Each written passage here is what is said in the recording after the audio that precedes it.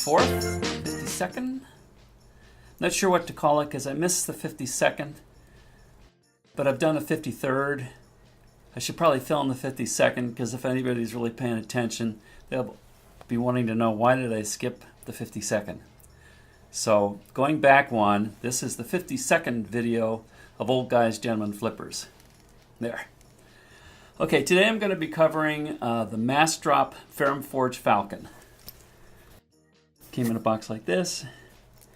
Now this is a knife that was designed by Ferrum Forge. The knife was actually in this. But arranged through Mass Drop. It's made at, let's see that, at We Knife.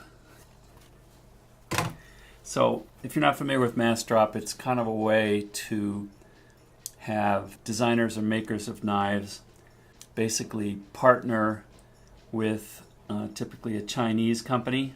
They can put out a lot of knives of their design more cheaply, and Mass Drop has this little gimmick where if they get, for every additional amount of buyers that they get, they lower the price to a point where it's fairly inexpensive. Like I think this was $125. So it comes in a nice case. Has a little Ferrum Forge Mass Drop chamois that I never use. This is the knife. And it kind of looks and feels like a Ferrum Forge. And I'll show you, I have another one of theirs. The specs on it are the blade is 2 7/8 inches. Oh, and let's admire the edge. It did not come like this. In fact, the edge was not very sharp at all. But now it is hair shaving, telephone book paper cutting sharp. The blade length is 2 7/8 inches, but you can see there's a huge choil here, and the actual edge is about 2.5 inches. Handle length is 3 3/4. The overall length is 6 3/4. The handle width is 1/2 inch, and it's bead blasted gray. The weight is 3.64 ounces, so it's a little bit of weight for a smaller knife, but it feels good in my hand. The steel is S35 VN steel. There we go. In fact, you can see it says Mass Drop and S35 VN, and it's serialized, which is pretty good. This is 586. It's a 1/8 inch thick blade, and I'm pretty sure it's a hollow grind on this. So it comes down fairly thin at the edge. It's not a deep hollow grind if it is hollow. Got a satin finish on it. And now to get a little bit into the likes and dislikes. And I think what I'd like to cover first are the dislikes, because it's kind of a short list. The action on this thing right now is not bad. You have to help a little bit coming down. I think as I use it more, that might get better. But it was terrible to begin with. You could flip open pretty well, but you could not shake it down. So I pulled it apart and I adjusted the lock bar and got to the point where it'd fall down and still had pretty good flipping action.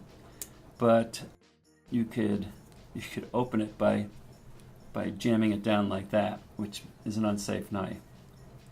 Actually, a viewer kind of told me about that. Not with this knife, but with other knives that I've adjusted. And so I spent a lot of time adjusting it so I get a nice flip open, a close that I can do one-handed. In fact, I could probably, do that. But it's got a nice strong opening. It's not maybe the best opening action, but it's pretty good. I didn't like the fact that the blade did not come sharp, but that's not a big deal because I sharpen all my knives anyhow. I've never gotten a knife very sharp out of the, I don't know, maybe 40 knives that I bought in the last year. Some come sort of sharp, but not the kind of sharp that I like. I think the other thing I didn't particularly like, and it's not a big deal, but this is the first time I've used mass drop. I think it was like a 6-month wait from the time you put your money in. So I think that's the only problems I have with it. The things I like are, I like the look of it. It looks nice and simple, but it also looks kind of cool, and the blade shape on it is nice. The finish, although it's all kind of plain, because of the little finger notches, and if you come up on it like this, it's a really solid grip to it. The S35 VN steel, which I think has a hardness rating around 59 or 60, is maybe not my most favorite steel, but it's probably my second or third most favorite steel. And it was really easy to sharpen. In fact, I don't normally get such a beautiful mirror on it like this. I mean, sometimes I have like little scratches here or there, but this one turned out perfect. The action is okay after fixing. I mean, there's a rasp. This is the way all really good knives should work. Now, some people, it's funny, some people may think, oh no, my God, that's dangerous, but it's not if you know how to handle your knives. Because I saw a run review of one of the first people to get one of these things, and he said the closing was a nice slow butter smooth, which means he probably had to use his finger to close it. And that's fine for a lot of people. In fact, like I said, maybe because of safety reasons, that's what they want. But the way it came, you would definitely have to use your finger to push it down, close. That's a big deal for me, maybe not a big deal for most people. The thing that I liked the most about this, when I first saw that fingering choil right here, I thought, well, that's too big. What were they thinking?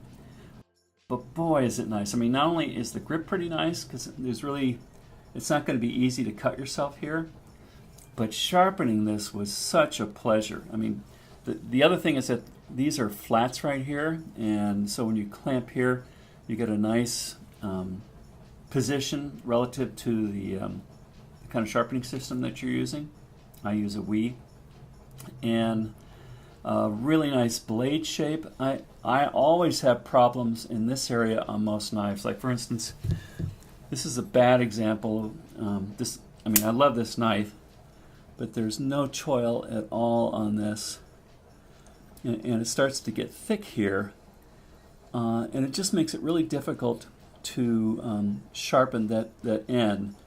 And the more you sharpen it, that area will get worse, but not on this one.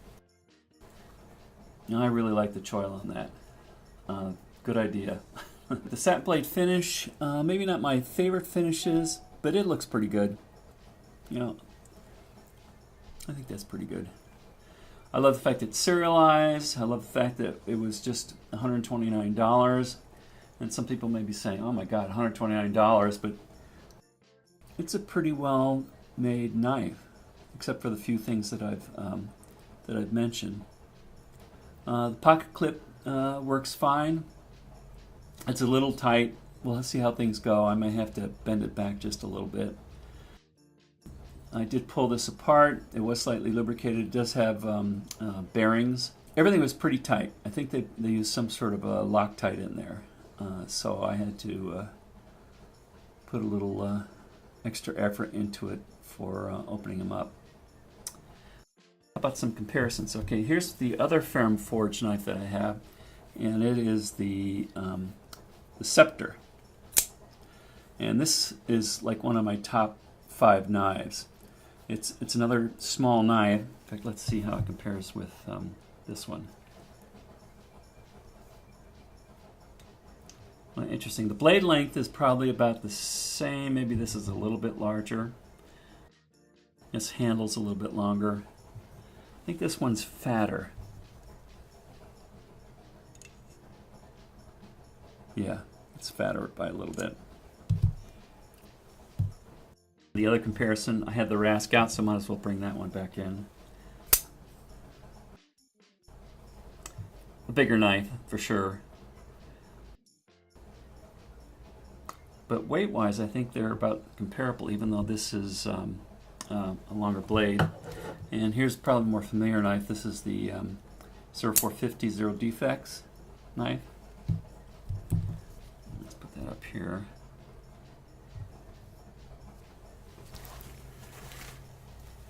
And you can see it's the length is just a little bit shorter and the blade's quite a bit shorter. So I hope you got some value out of that. This is definitely a pretty good knife. I'll be keeping this for a while. And hopefully as I use it more, I can get to that drop, that gravity drop.